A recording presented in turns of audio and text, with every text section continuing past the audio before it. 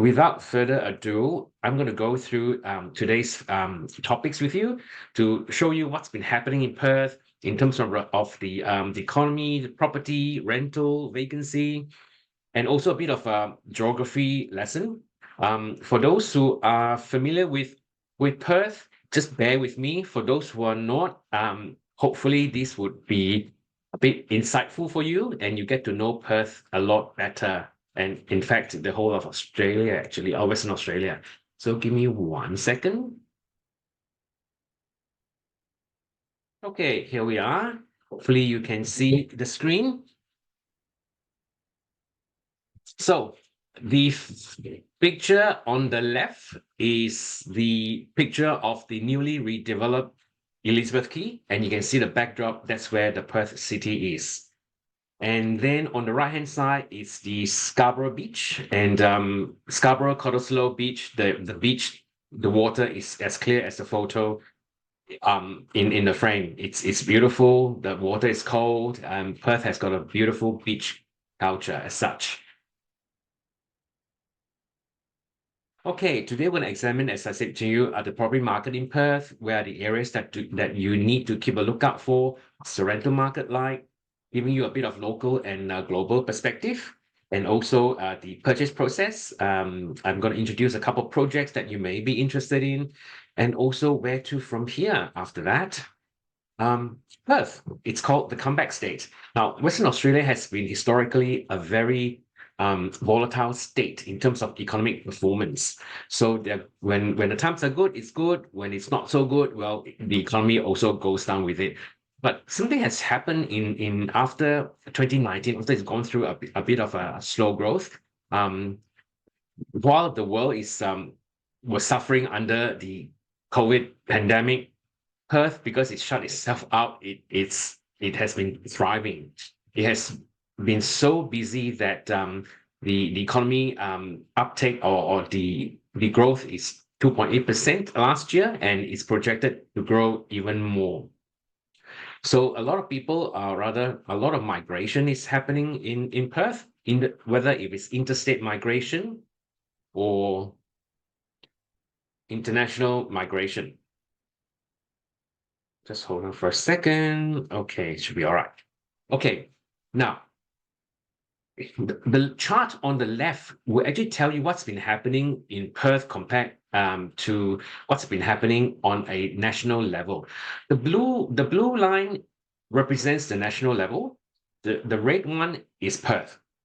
Now, Perth has always been very much about almost keeping quite close to what the eastern state is doing, and then also on a national level. So this graph depicts what's been happening from 2019 right up to January 2024. As you can see, the lines are running quite parallel. Sometimes the gap is bigger, and the changes are a bit more significant. And as you can see, the significance happened around mid 2023, when the inquiries for Perth properties just overshoot by the national level. So that means Perth has been in a very good situation last year, and it's continued to grow. While for the eastern states and on a national level, things are slowly to come down on a much slower acceptable growth, I suppose. And in terms of the economical median housing, Perth is still quite affordable, and it is actually the second most affordable city in the whole of Australia. I will show you a bit of stats later on. And given that Perth is so busy, tenants are prepared to pay a premium. On top of that, the Western Australian government has been embarking on a huge MetroNet multi-billion-dollar program to make commute easy with highways and railways. The Western Australian mining sector is still very robust with high demand for employment, and the property growth rate throughout last year was 10.9%, and we are projecting growth for 2024. It's going to hit 12% or more. Now, with strong population growth and recent arrival, the population at the moment in Perth is sitting at 2.12 million people. And the Western Australia government has been quite clever to lobby the federal state government to have the entire state as a regional migration center. So that means the entire state is able to, people who is actually applying for PR to Australia can go to Perth and work anywhere in Perth or outer suburbs or regional areas in Western Australia under the 491 visas. I know some of you might be a bit excited with this news. We are trying to work out with the KL office to do another seminar on migration. So keep listening and find out when that is going to be happening, and make sure that you register with our KL office, and make sure that you also get news when we're going to start and have a seminar on that migration situation. And of course, Western Australia has the lowest unemployment rates compared to the other states. The unemployment is sitting at around 3.4%. And hence it's very strong demand for labor, and also all the drivers economically is driving the housing market upwards. Now, this is the fun part, a bit of geography, a bit of tourist attraction. You will probably remember the quokka on the right. It's a native marsupial living in Rottnest Island in Western Australia. And the pink light photo is taken from Kings Park, overlooking Perth City. Now, if you have a look at the map on the left-hand side on your screen, Perth suburb stretches from Perth up north 44 kilometers to Joondalup and 47 kilometers to Rockingham down south. And there's also another regional area called Yanchep up at the top. And some of you may be familiar with Bunbury, Busselton, and of course the very, very famous Margaret River, which is a wine region, beautiful, lots of beautiful winery. And for those who are of you who loves drinking wine, it's a beautiful place to visit. And of course, Margaret River is about 270 kilometers from Perth. It's about 3 hours and 15 minutes down south. So if you recall, I mentioned Metronet earlier.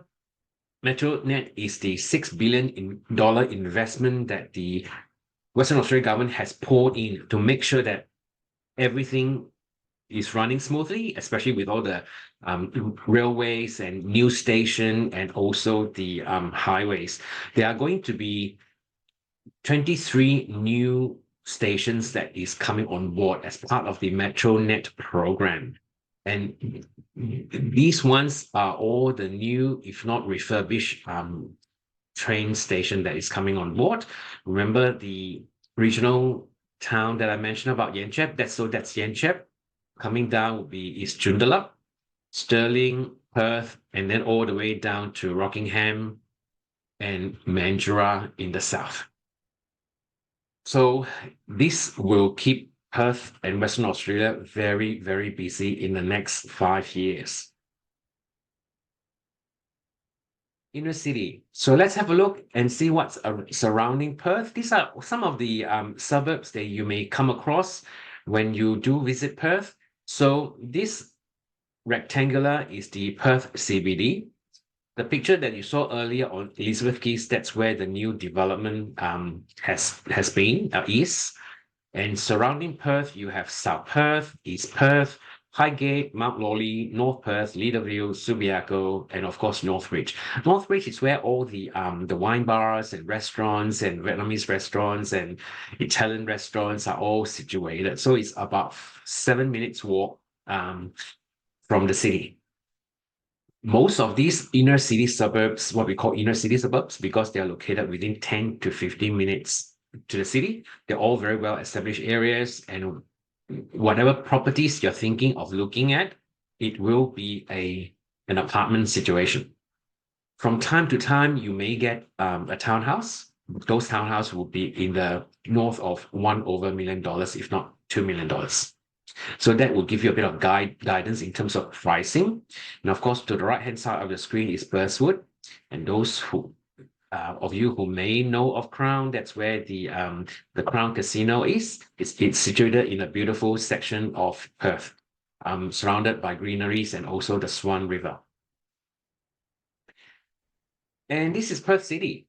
Um, as you may recall, I was studying in Perth over 20 years ago. When I was there, it was fun, but it was also boring after 3 years. So I was doing my university in Curtin. So I left and came to Melbourne before heading to KL. And going back and having a look at Perth after 3 years of lockdown, Perth has changed. It is a beautiful city. It's grown up so beautifully. There are construction everywhere. Sure, just minor inconveniences with the traffic. But then again, if you have a look, this is the His Majesty Theatre, and right on the left-hand side, that's the Intercontinental Perth. I went inside. It's absolutely stunning. The architecture is gorgeous. There's also the Como Hotel Precinct redevelopment, and this is Wellington Street. You can see all the cranes coming up over here. This is where the new Edith Cowan University City campus will be, and it will be ready in 2026. We are looking forward to thousands of new students coming there. So the city will be busier. And in this picture, this is where the Perth Arena is. That's the new Perth Sporting Arena and Stadium. And I believe this is where Taylor Swift was performing, because it was able to capture about 10,000 people. And behind this construction is the Perth main train station. And then on the right-hand side, that's Perth City already. On the left-hand side, that's North Bridge, just to give you a sense of the geography. And then, of course, this is the Como Treasury Hotel Precinct. This area wasn't used for like 30 years. The government and a developer came in and revitalized the entire area. So there's a beautiful hotel, there's art gallery, there's a beautiful chapel over here, there's a restaurant and art gallery. It's absolutely beautiful. And then, of course, there's the Perth Museum, thoroughly revamped and opened in 2022. And here I am, that's me in the middle of this beautiful golden staircase. And then this is where the Elizabeth Quay is. Beautiful, lots of walkways, garden, wine bars, restaurant. There's actually a lot of people walking around, except that I chose a very good, I suppose, time to take the photos, because when I take photos, I don't like to see a lot of people. So to give you a bit of sense of scale in terms of photos, you probably guess I do like my photography. Yeah. So the Ritz-Carlton Hotel is here.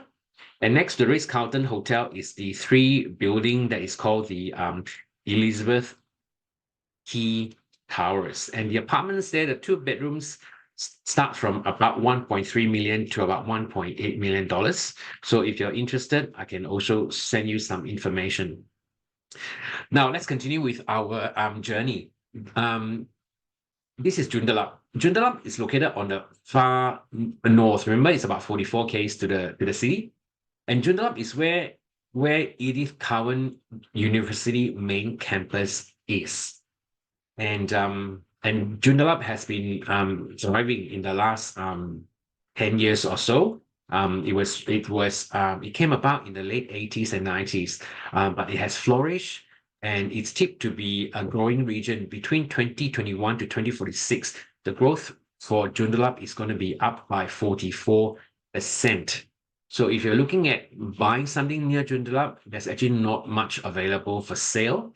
You need to go up to probably about Alkimos over here. If you look up to the screen on the top left hand, that's where Alkimos is. And Alkimos is only 18 km from Joondalup, and 80 km translate to maybe 15, 20 minutes drive. And here you'll probably find some house and land packages for about 620,000. Yeah, all up. Military, everything done at 620,000. Then to the inland east side, you will have the what we call the Swan Valley. And Swan Valley is also housing a lot of beautiful wineries. So I was there I went to visit Sandalford Wines, and it's one of the oldest winery in the whole of Australia. It's absolutely beautiful. The wine tastes good, and this is all the greenery that I saw around the Ellenbrook area, the Henley Brook. And just letting you know, there's a new train station that's coming up at the top here in Ellenbrook. From Ellenbrook to Henley Brook to the train station, it only takes about 7 to 10 minutes drive. And if you can follow my arrow here, this is where the train line is. Yep, it's just going to go up and curve to the left to Ellenbrook. So if you're looking at some properties here, you'll be mostly house and land, which would be great because people will like larger houses in this area and 3 to 4 bedrooms. Now, this is the juicy part. I think you guys would probably be interested in this.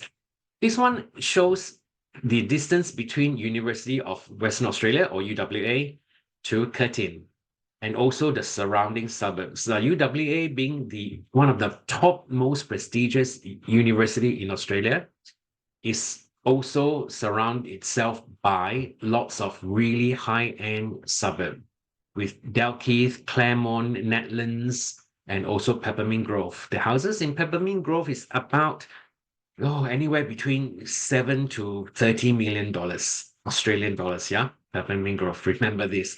Even if you go for a drive there, it's beautiful. It's like a little architecture house tour, if I can say so.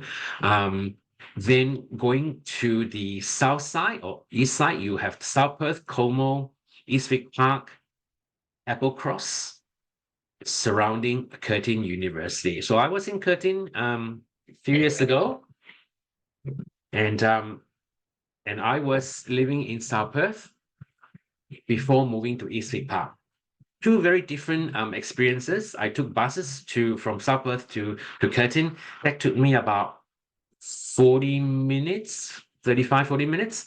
Eastwick Park, I walked to uni. So it took me about 12 minutes to 15 minutes. So the connectivity is very good even back then, like more than 20 years ago. I would assume that it's even better now with buses and also train lines. Then we've got Murdoch University down south. So if you have a look in terms of the map, Curtin is actually over here, and UWA is across the river up here. So Murdoch University is about 15 minutes drive from Fremantle. And if you've got thinking that your kids might want to go to Murdoch University, there are also a lot of areas that you need to pay attention to, like Cockburn Central.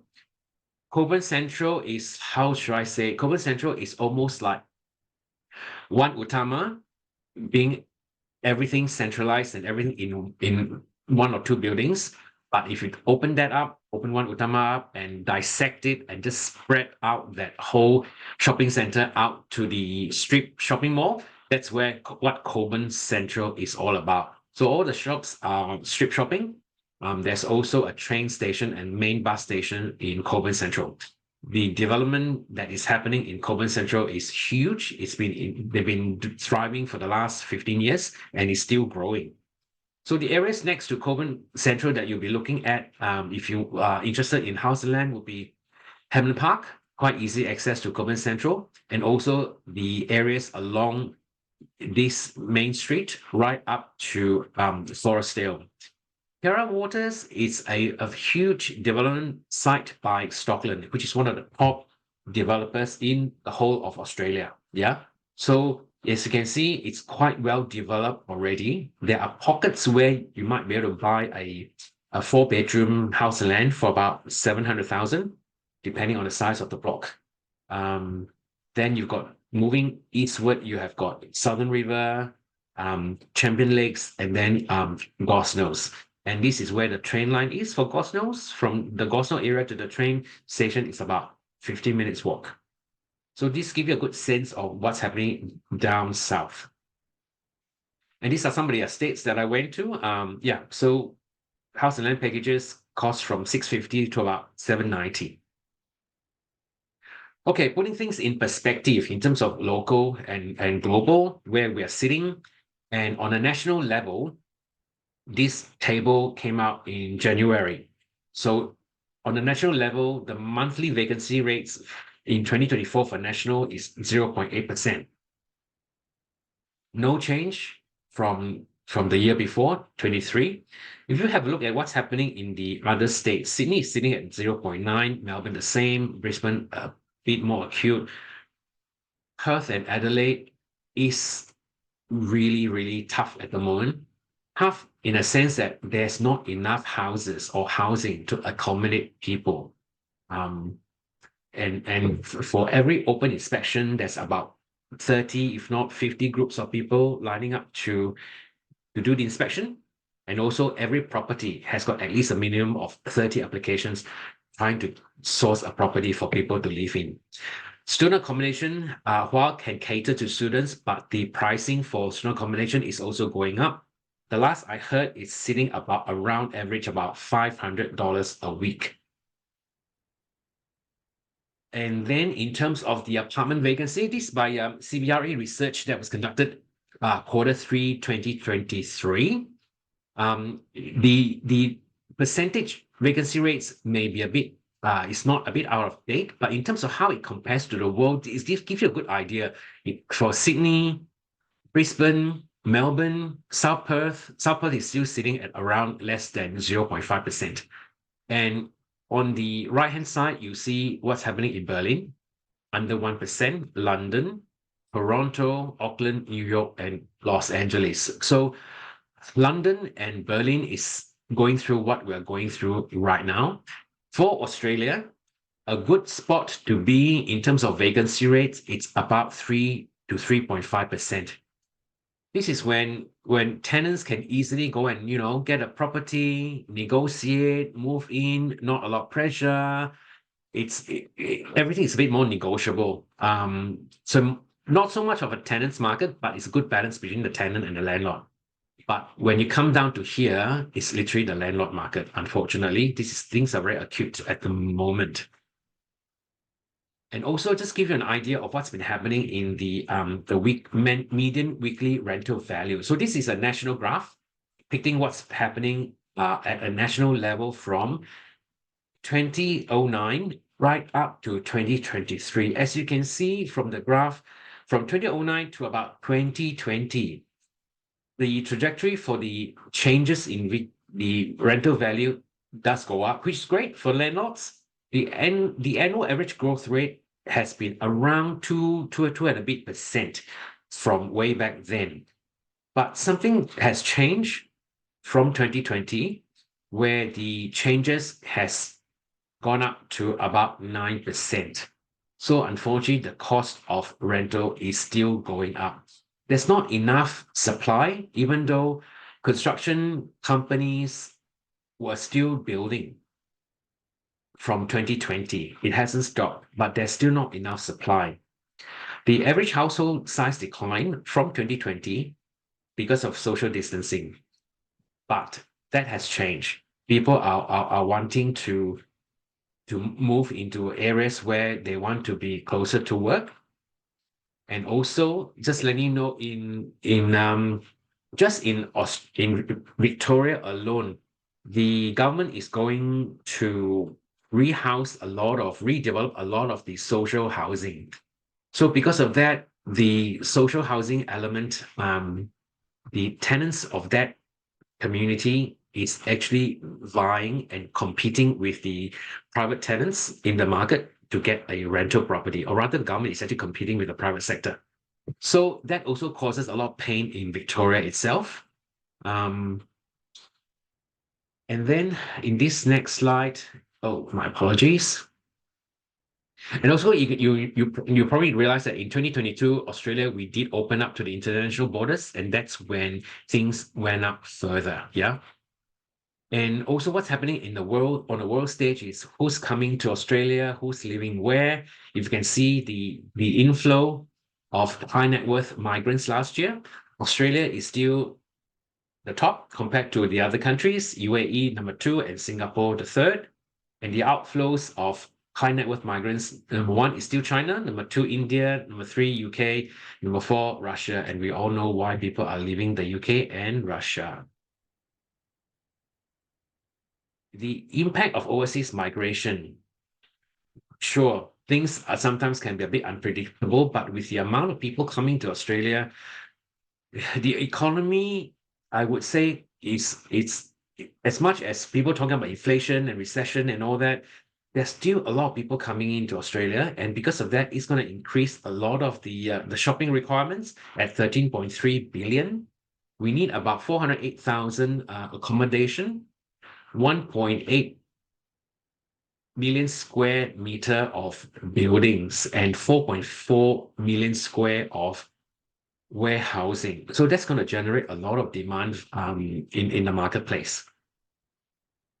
And if you're wondering who's going to go where, now this is a chart that is being done, put together by PEXA and also Informed Decision. PEXA is you will hear a lot of PEXA, especially if you're looking at purchasing a property, because PEXA is the online platform for settlement. So where your lawyers, your bankers, and the developers, lawyers and bankers will sit in this online platform. It used to be in a meeting room, but of course, after COVID, online is a bit more popular format of getting things done, like what we're doing now. Um, so so PEXA has got a lot of immediate data because everything is online. They capture a lot of data of who's buying what and who is selling what. From there, they extrapolate and realize that from 2021 to 2046, a lot of people are going to move to Victoria at 31%. So Victoria is still going to take the majority of the pie of people moving there. It's followed by New South Wales, Queensland, and Western Australia. So these four cities will get majority of the people that are moving to Australia. So whatever that's happening in ACT and South Australia, maybe not that exciting for the international market.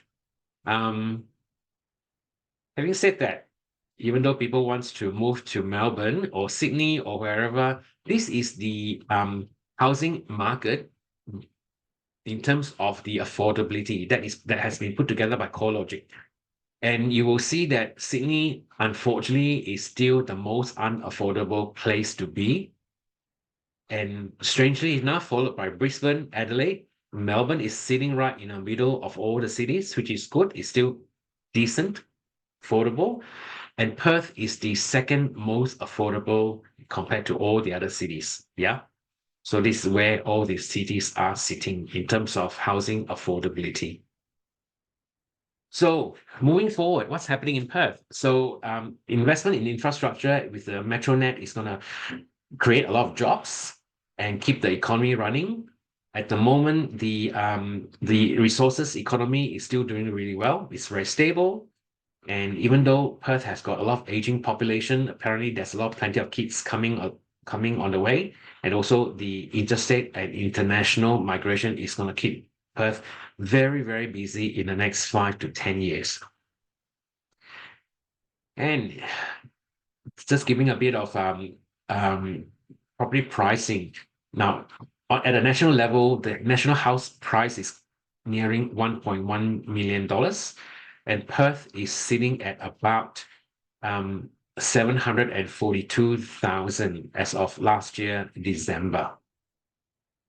So our economist, Dr. Nicola Powell, has also predicted if the cash rate is being cut, we will see a more greater levels of housing activity, which may spark greater momentum and also higher rates of price growth. So keep a watch out and see where we're sitting in terms of the cash rate. Now, this is the market cash rate at the moment. We've gone through about 13 cash rate rises in the last 15 months. Things have started to plateau, and hopefully things are going to sit here for a little while. If not, it'll come down. And as anyone goes, the market is predicting that the cash rates will be on hold for a little while before it comes down. And these are the few properties that we have touched upon in terms of the house and land. And Subiaco is one of the suburb that has got the 1 bedroom and 2 bedroom available. and also Apple Cross at different pricing. I'll go through these projects with you a bit later, just in case if you have got any other questions. Um, Now, a lot of you may be interested in knowing the process of buying a property, yeah? So for house and land, it's a two-part contract where the land initial deposit you require $3,000, depending on the developer. You sign the contract of sale, subject it to FIRB approval, which is the Foreign Investment Review Board approval, something that our lawyers can help you to apply. It will take about 30 to 45 days upon approval, and then you can go for the land settlement once the titles are ready. And once the titles are ready, we can then the builder can then start building after about 3 months of approval. Yeah. And the build initial deposit is $3,000. You can sign the cost of the contract of sale with a full deposit of 6.5% once you settle the land. Proof of funds and finance will be required by the builder by the time the land settlement happens. This is for house and land.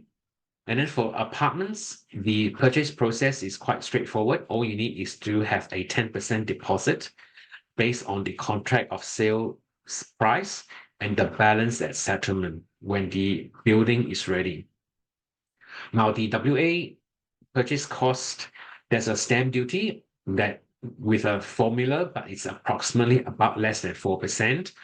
There is also a foreign transfer duty of 7% based on the contract price. And that's the FIRB application fees of 14,100 for properties up to $1 million. And then there's legal fees of 1,008 to 2,008 plus GST. So that's the roughly about the cost of purchase for a property in WA. And the good news is there is a stamp duty concession that was approved by the WA government. So what this means is it's fortunately for apartment purchases, there is a maximum of 50,000 for FIRB purchases for off the plan properties.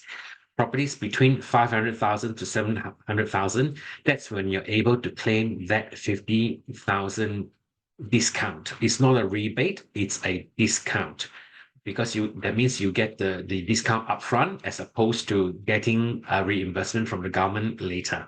So this is for contracts that signed between 31st of August last year right up to 30th June next year. So if you see something that you like, don't wait because the $50,000 discount is going to run out. And also, in case if you purchase properties below or beyond 700,000, there's a formula that will apply. And I can go through that with you on an individual basis, depending what you're looking for. And finance. At the time of in the middle of updating this webinar, Maybank is actually allowing their clients to get a loan at 70% LVR. So if you need more information, let us know. We can also assist you in getting in touch with our Maybank rep. Otherwise, if you're looking for house and land, unfortunately, Maybank is not doing house and land in terms of the loan. You have to go through a different arrangement with some of the private banking providers or some of the other loan institution. Yeah, we can talk about this a bit later. And that's it for now. I'm just going to open up the floor to everyone to have to ask question. Just hold on for a second. I think I've admitted everybody.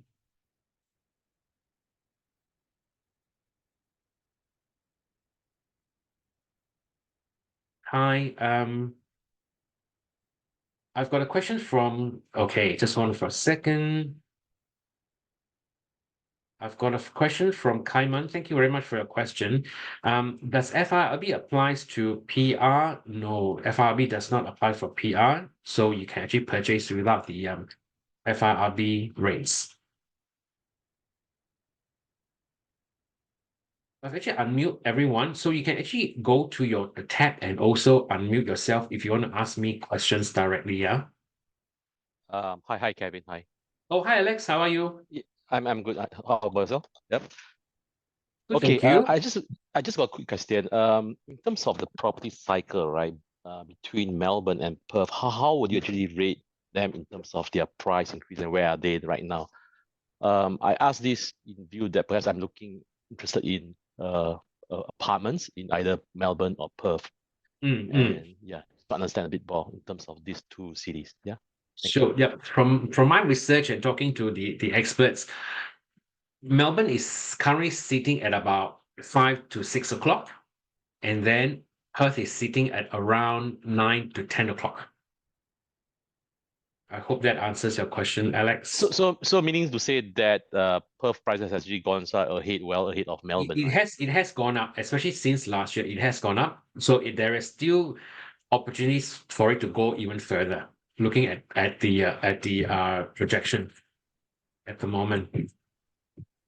All right, thank you. As you know, Alex and everyone else, buying a property is a long-term proposition. We're not buying shares, so we are looking at holding it for at least a minimum of 5 years, if not 10 years. So it's all about securing the property at the right time, also in the right location. So because every one of us have got different criteria in terms of investing, in terms of purchase. If you're looking at a long-term investment of maybe moving in and beyond retiring, so sometimes you need to look beyond the property cycle. And so long as you buy in a good location, the property market will bounce back at any trajectory. Because if I'll share with you next. I'll send you the property map in terms of what's been happening in the last 20 years of how it has gone up. Buying property. There are always cyclical notion when you're going through a time. Different things are happening at different times. Whether if it's world events like pandemic, property prices go up, go down.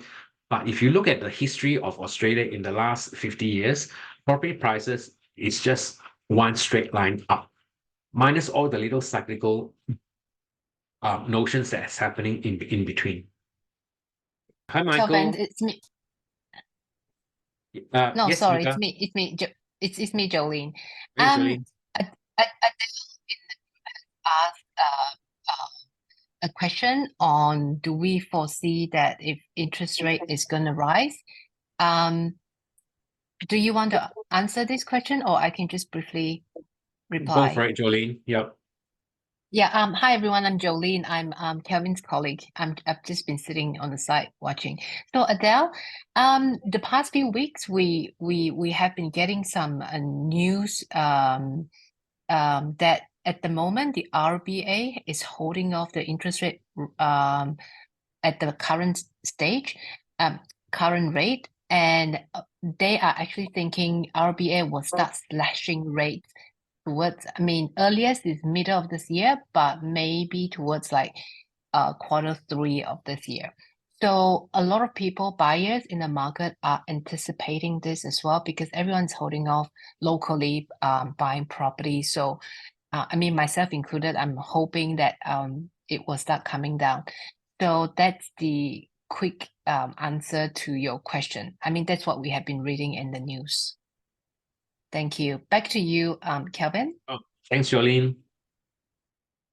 And I'm just scrolling down to look at the questions. Sorry, I just realized that there's a few more questions coming along.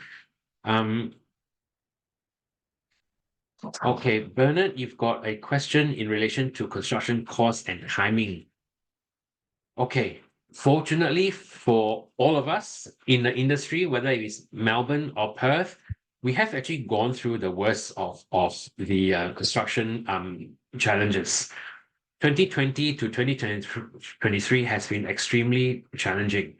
whether if you're in Melbourne or in Perth, there's cost of construction that has gone up. Labor, shortage of labor, shortage of materials at different times of the year. In terms of materials, those are all sorted. I would say, especially for Melbourne. Perth is the same. And in terms of timing, from what I've been hearing from a lot of the construction people, it's just average time of construction already. So hopefully that answer your question, Bernard. And also, Michael, you've got questions. What's the main difference buying as a foreigner and PR? Well, as a foreigner, we have the additional foreign transfer duty of 7%, and also the FRB application fees of about $14,000. That's the difference between buying as a foreigner and buying as a PR. And okay, Michael, you've got another question. Maybank is offering what kind of loan? Tenure and margin. Tenure is I believe it's the margin is 70% LVR, and also the tenure is 30 years or maximum 70 years old. And the current rate at the moment is sitting at 4.9%. Thanks, Jolene. Yes, Michael, is subject to age limit. So depending, the age limit is 30 years or up to 70 years old. Okay, Kaiman, thanks for your question. Kaiman's question is, first home owner guarantee, if it's applicable to foreign or PR. And first home owner guarantee is a federal incentive to allow citizen and also PR to purchase property at a slightly different rate. They will come in and help you to purchase your first property. I can get some more information for you, Kaiman. I'll send it to my team, and then they can send it to you.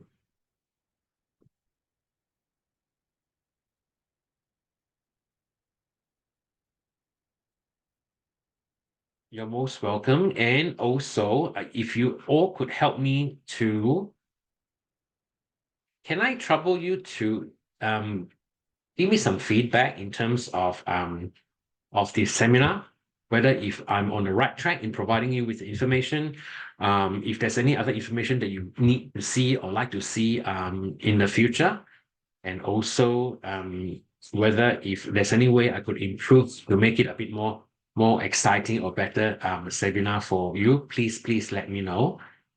And I'll send you the link.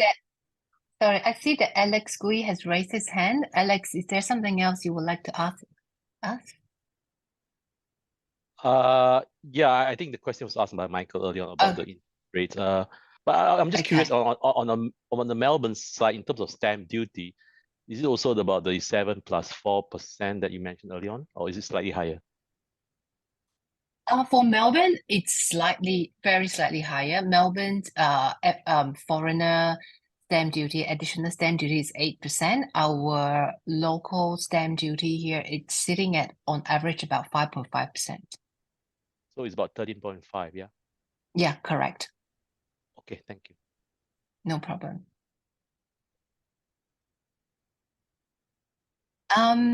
Yeah, so Kelvin, sorry, I hijacked you all.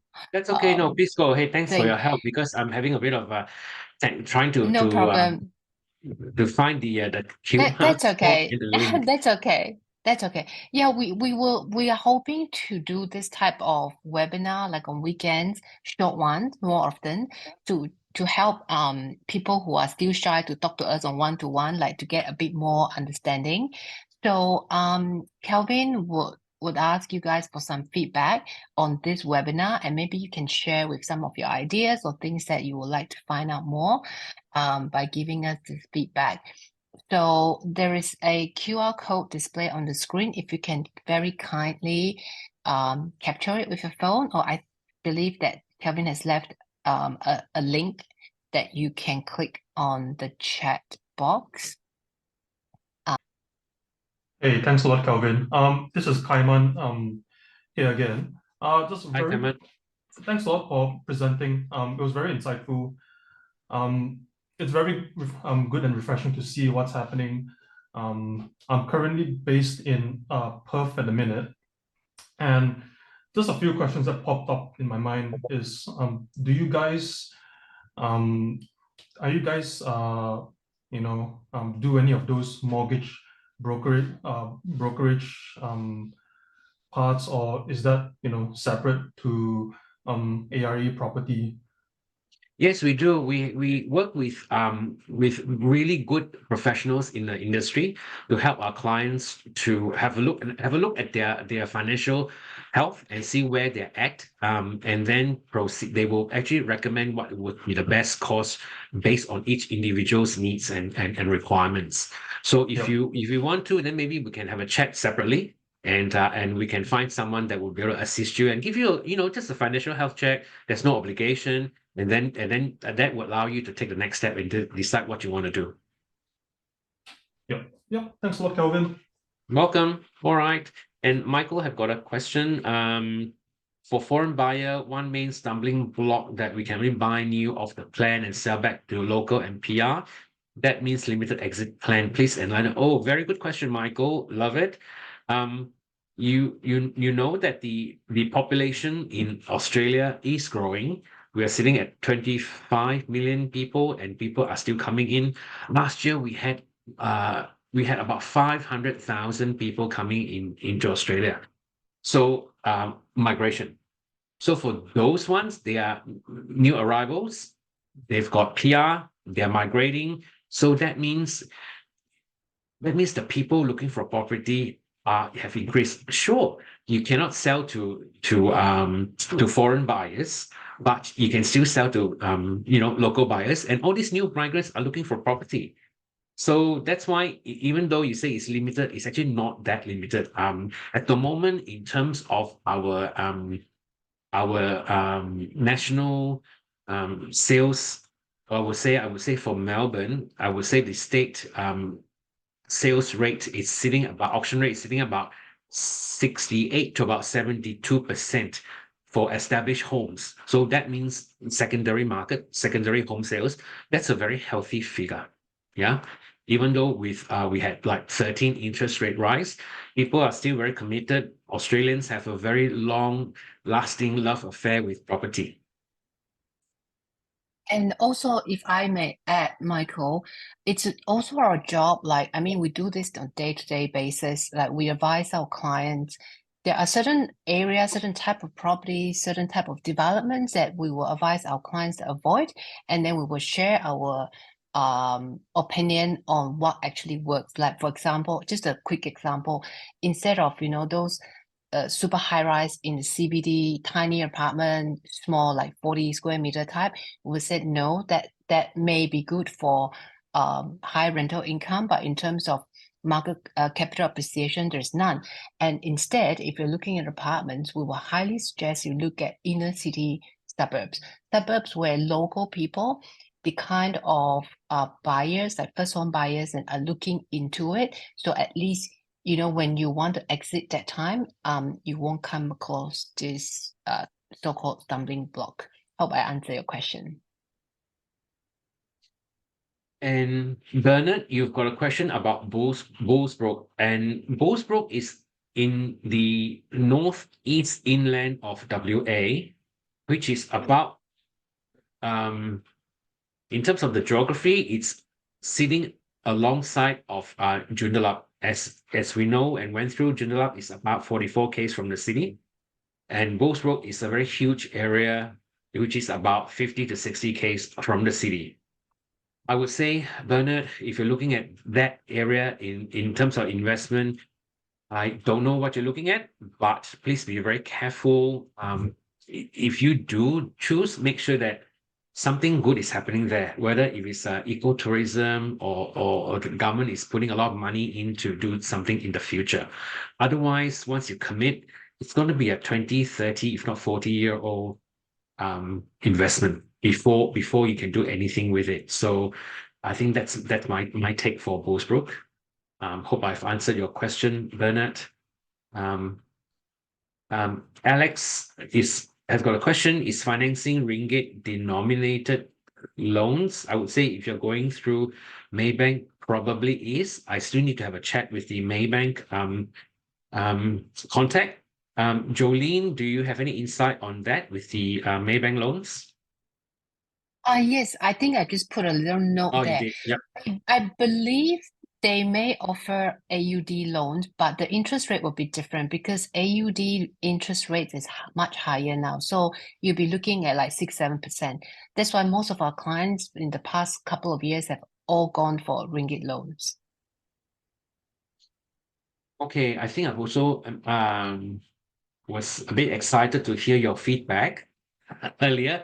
I'm going to go back and have a look and show you two more projects that we just obtained, and it's a really exciting project. And I'm going to share screen with you quickly. Yeah, we just take a break from the Q&A and have a look on the screen that I'm sharing with you. Now there is a beautiful apartment building next to the Perth Arena, called the Perth Hub. A 2-bedroom here starts from 700,000, and next to it is the new Dorset hotel that is going to be built. Remember earlier, if you do recall, when I mentioned Wellington Street, it's when the cursor is. That's where this, if you can see, this construction site is the Edith Cowan University new campus in the city, and next to that is the Perth main train station. So you are right in the middle, well, not in the middle, you're right at the edge of the Perth CBD. And also this is where the North Bridge Museum and also all the eateries are. So this is the Perth Hub project. And I will get my team to send you some information if you want to get to know more of this. And then another good project to look at is actually Riva in Como. This is the building. It's designed by a very well-known award-winning architect in Western Australia. And in terms of the location, look at how beautiful this is. So this is Riva Como, and it's only 5 minutes walk to the Canning Bridge train station. And that's the Perth CBD. Burstwood Crown Casino is over here, as we've gone through. And April Cross is over here, and you're right in the middle of everything. And it's a stunning project. 1 bedroom starts at 510,000. 2 bedroom is sitting at around 760. So let me know if you're interested. And also in terms of house and land, these are some of the house and land that you'll be looking at in Henley Brook, about 620, and also in Forestdale, that's about 717. And Hammond Park, you're looking at around 703,000. And also there's a really good estate near the city called in Bayswater, because it's only about 5 minutes to the Perth city. The house and land package is sitting at 930,000. It's almost like getting a house and land package in Bukit Salon or in near Jalan Imbi, so to speak. So in terms of relativity, in terms of the location, yeah. So, yep. So that's in a nutshell. So hopefully, please, if you've got any questions, feel free to let us know. Otherwise, we are done for this afternoon.